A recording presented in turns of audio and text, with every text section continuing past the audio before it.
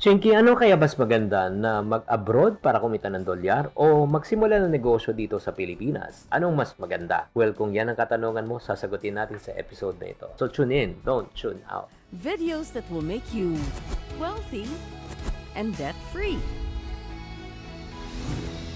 Hi there, this is Chinky Tan, your pambansang wealth coach. Medyo mahaba-haba lang tong episode natin, but bear with me, makakatulong to sa mga taong medyo confused. Magnenegosyo ba ako, mag-ibang bansa ako? Alam nyo ba, about 1.83 million Filipinos po ang nagtatrabaho po ngayon abroad or more. Hindi pa yung mga documented. Pero sa kabila nito, 60% ng mga OFWs ay umuwi sa Pilipinas, ending po, walang ipon at walang negosyo. Yan ang katotohanan. Kaya ano ba talaga ang pinakamaganda? Siguro, ito isa sa pinakamahirap na desisyon na kailangan gawin ng mamamayang Pilipino. Yung parang, should I leave my family here and then earn money? Or I can start and take the risk. Kaya nga dito, pag-usapan natin ang pros and cons, ang pagiging OFW at saka pagnenegosyo, ano na ba dapat i-consider mo bago ka magdesisyon? Okay, so let's get right into it. Number one, let's talk about the option, work abroad. Pros. Siyempre, mataas ang kita. Normally, sweldo dito, 15,000, 20,000. Pagdating doon, pwedeng times 5. Pwedeng 75 to 100,000. Easily. So, number 2, job security. Stable ang income at siyempre, fixed. Lalo na kung may kontrata. Number 3,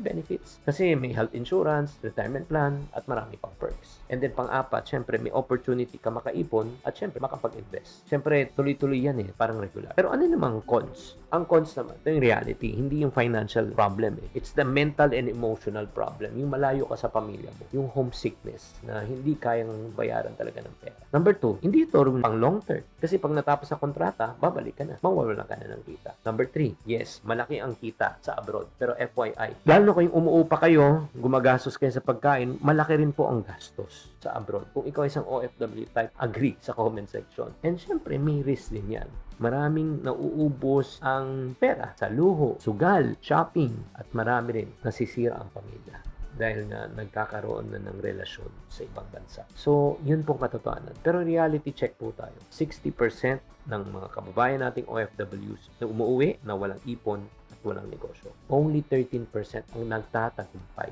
So, ano yung pwede naman nating option? Okay, start a business. Pero pros and cons din, di ba? Para balanse. Pro, ikaw ang boss. Wala kang amo, wala kang kontrata, hawak mo oras mo. Number 2, unlimited income potential. Depende yan sa effort. Number 3, pwede kang manatili sa Pilipinas kasama mo ang pamilya mo. At syempre, ultimately, yung time and financial freedom na inaasa mo. Pero let's talk about the cons. Ano naman yung cons? Syempre, hindi naman stable Pag may benta, may kita. Pag walang benta, walang kita. Number 2, mahirap talaga magsimula. Kailangan mo pag-aralan. Kailangan mo ng oras. Kailangan ng effort. Kailangan mo ng puhunan. At syempre, may risk. Anong risk? Malugi. Hindi na tulad ng sweldo. Kahit na hindi ka magtrabaho, may papasok na kita. Show up ka lang. Pero ito yun naman ang reality. Okay, bago ka pumasok sa negosyo, magpakatotoo tayo. 80% ng negosyo ay nalulugi on the first 2 years of business. So, 20% lang ang chance mo sa succeeding. And 9 out of 10 entrepreneurs ang nagsasabi na gusto nilang magkaroon ng kanilang sariling negosyo. Dahil karamihan nga, natatakot.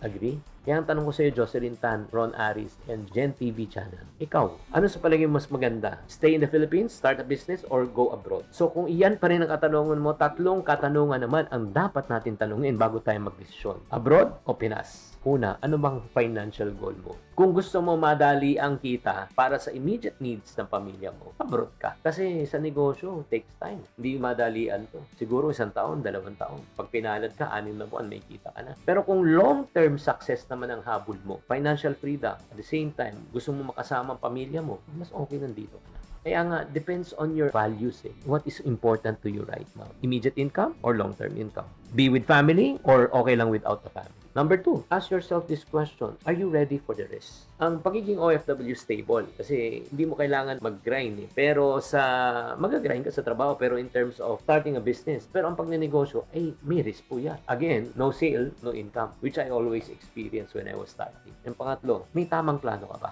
Kung gusto mo mag-abroad, may financial plan and investment ka na ba? May time limit ba? O by this time, 10 years from now, babalik na ako. Or kung gusto mong magnegosyo, may plano ka rin ba? May business plan ka na ba? May tamang mindset ka na ba? May experience ka na ba? Pag ang sagot mo ay wala, naku, ba't ka mag-start negosyo? It's too risky. Kaya nga, ano ba talaga, Chinky? Ano bang mas maganda? Ngayon, na-confuse pa ako lalo.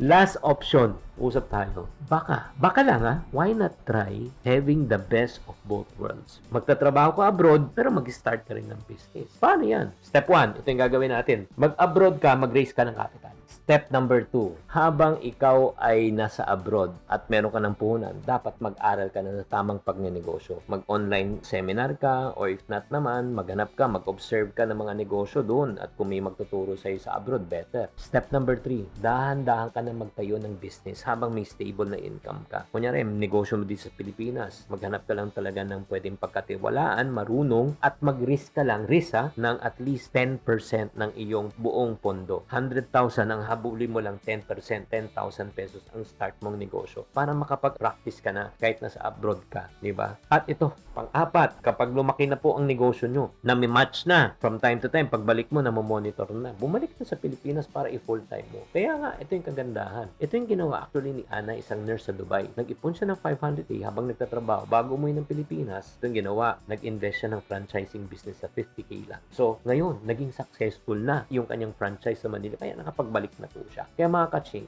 walang mali sa pagiging OFW at walang mali sa pagnenegosyo. Pero tatandaan, ang pinakamasama ay kung wala tayong plano at di natin pinag-aralan. Kaya kung gusto nyo mag-abroad, siguraduhin lang na i-manage natin paggastos, i-manage natin pagpapadala, mag-iwang ka para meron kang puhunan. At kung gusto mo nang talaga magnegosyo, siguraduhin mo naman na handa ka sa risk at meron kang sapat na knowledge bago ka mag-business. Sa dulo, ito naman yan tungkol sa tama kung trabaho o negosyo. Ang sa dulo nito, kung paano mo isi-secure ang iyong financial future. Kaya nga, ikaw tatanungin ko, ikaw na nakikinig at nanonood ngayon, ikaw, para sa'yo, anong pipiliin mo? Trabaho, negosyo, or both? Comment at naman sa comment section. At para sa mga taong gustong magnegosyo pero hindi nyo alam kung paano, type the word negosyo na lang and I will send you a short video to be able to help you to identify if you're really set up for business or not. Bago pa tayo mag-umpisa, type the word negosyo and I will send you a link. Maraming salamat po for this opportunity that you have given me to inspire you, to educate you, and to empower you, especially kung ikaw isang nagbabalak na umalis o isa ka ng OFW. Tatandaan, tamang karunungan, tamang disiplina po ang susi sa pagyaman.